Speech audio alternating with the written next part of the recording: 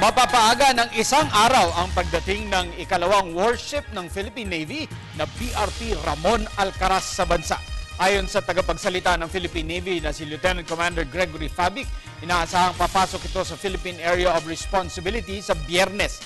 Samantala, sinabi ni Fabic na mataas ngayon ang moral ng hukbong pandagat dahil sa BRP Ramon Alcaraz. Kaugnay nito, mismong si Pangulong Aquino ang sasalubong dito, gayon din sa 14 na opisyal at 78 enlisted personnel ng Philippine Navy.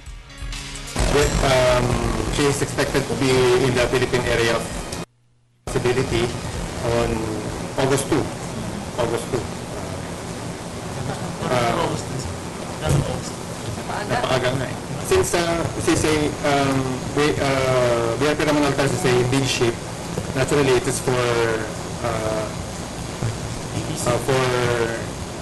Exclusive Economic Zone, West Philippine Sea, Benham Rise.